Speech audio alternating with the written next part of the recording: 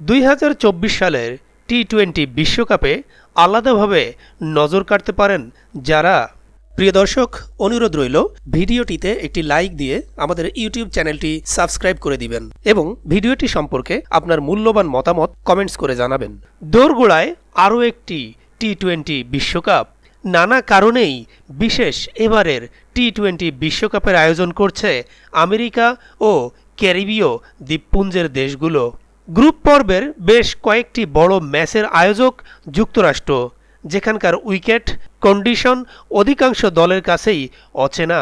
2 June যুক্তরাষ্ট্র ও কানাডার মধ্যকার ম্যাচ দিয়ে শুরু হবে টি-20 ক্রিকেটের এই বিশ্ব আসর। দলগুলো তাদের সম্ভাব্য সেরা তারকাদের নিয়েই উপস্থিত হয়েছে আমেরিকায়।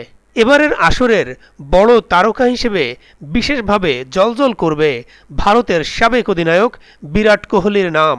এই ক্রিকেটারের সর্বশেষ বিশ্বকাপ হতে পারে এটি, ফলে তাকে ঘিরে সমর্থকদের আলাদা উচ্ছ্বাস থাকবেই।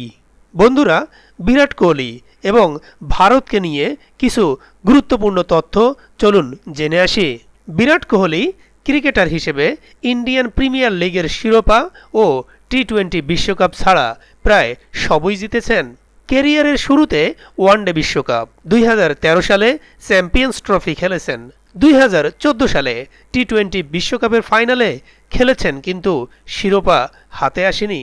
2016 সালের টি-20 বিশ্বকাপে ওয়েস্ট ইন্ডিজের কাছে হেরে বিদায় নিয়েছিল ভারত।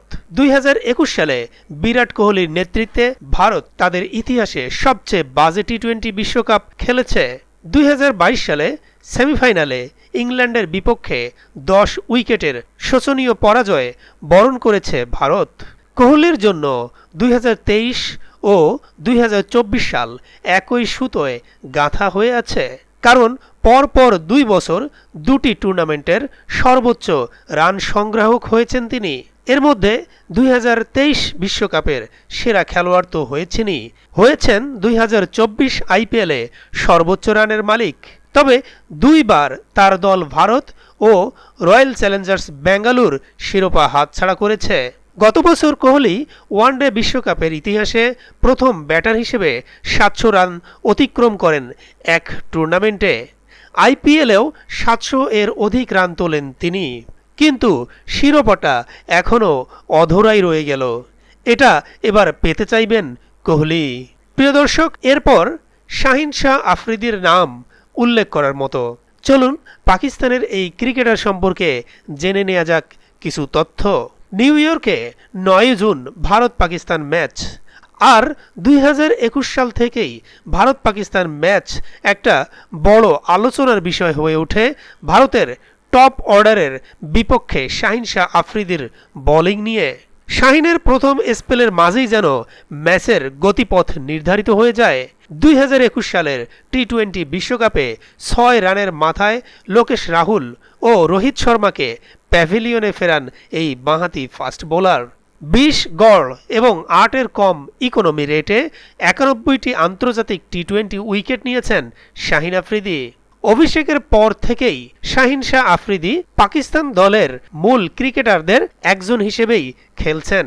কায়েদ-ই আজম ট্রফিতে প্রথম ম্যাচেই 8 উইকেট নিয়ে বাজিমাত করে সরাসরি জাতীয় দলে ঢুকেছিলেন তিনি। যদিও শাহিনের সাথে তারই দেশের কিংবদন্তি ওয়াসিম আকরামের তুলনা বরাবরই আসে, কিন্তু বিশ্লেষকরা মনে করেন সমসাময়িক অস্ট্রেলিয়ান ফাস্ট বোলার মিচেল স্টার্কের সাথেই তার বেশি সাদৃশ্য। দুজনই লম্বা গড়নের এবং একই রকম স্কিল সেট দুজনের। ওয়ানিন্দু হাসারাঙ্গা, শ্রীলঙ্কার এই ক্রিকেটার নিজের পরিসংখ্যানের মান রাখতে পারবেন তো এবার? ওয়ানিন্দু হাসারাঙ্গা এখন টি-20 ক্রিকেটের শীর্ষ অলরাউন্ডার হিসেবেই নাম লিখিয়েছেন। হাসারাঙ্গা সাদা বলের ক্রিকেটে শ্রীলঙ্কার জন্য গুরুত্বপূর্ণ ক্রিকেটার হয়ে উঠছেন খুব অল্প সময়েই। এই লেগ স্পিনার টি-20 ক্রিকেটে এখন পর্যন্ত ওভার প্রতি 7-এর নিচে রান দিচ্ছেন। শ্রীলঙ্কার সফলতা অনেকটাই নির্ভর করবে বিশ্বকাপে হাসারাঙ্গার কার্যকারিতার উপর। 2022 সালের টি-20 বিশ্বকাপে অস্ট্রেলিয়ার মাটিতে 15 উইকেট নিয়েছিলেন তিনি। হাসারাঙ্গা ছাড়া শ্রীলঙ্কার ক্রিকেট দলে বিশেষ নজর থাকবে মাথিসা পাথিরানার দিকে। শারীরিক কোনো সমস্যা না থাকলে তিনি শ্রীলঙ্কার ফাস্ট বোলিং লাইন আপের নেতৃত্ব দিবেন। আফগানিস্তানের মূল ভরসা রাশিদ খান। রাশিদ খানের দিকেও অতিরিক্ত নজর থাকবে ক্রিকেট প্রেমীদের। আফগানিস্তানের প্রথম বৈশ্বিক সুপারস্টার রাশিদ খান ক্রিকেটের ক্ষুদ্র সংস্করণে তিনি এতটাই প্রভাব রেখেছেন যে অস্ট্রেলিয়ার ফ্র্যাঞ্চাইজি বিগ ব্যাশে তিনি সর্বকালের সেরা টি-20 ক্রিকেটারের খেতাব পেয়েছেন। ইন্ডিয়ান প্রিমিয়ার লিগে মাঝে মধ্যে অধিনায়কের দায়িত্ব পালন করেছেন। রাশিদ ভয় ডরহীন ক্রিকেট খেলতেই পছন্দ করেন। 85টি আন্তর্জাতিক টি-20 ম্যাচ খেলে 138 উইকেট নিয়েছেন তিনি। আন্তর্জাতিক টি-20তে রাশিদ ওভার প্রতি 6 রান করে খরচ করেন। রাশিদের লেগ স্পিন জোরের উপর কাজ করে। গতিময় লেগ স্পিন ও গুগলির জন্য ব্যাটারদের মনে ত্রাস সৃষ্টি করতে পারেন তিনি। রাশিদ খান একই সাথে কার্যকর ব্যাটার হিসেবেও গুরুত্বপূর্ণ ভূমিকা পালন করতে পারেন। ম্যাচের গুরুত্বপূর্ণ মুহূর্তে মাথা ঠান্ডা রেখে রান বের করতেও সক্ষম তিনি। জস বাটলার সময়ের সেরা সাদা বলের ব্যাটার। তর্কযোগ্যভাবেই অনেকে মনে করেন জস বাটলার সময়ের সেরা সাদা বলের ব্যাটার। ইংল্যান্ডের এত ভালো টি-20 ব্যাটার এর আগে কখনোই আসেনি। বাটলার এখন টি-20 ক্রিকেটের বিশ্ব চ্যাম্পিয়ন দলের অধিনায়ক।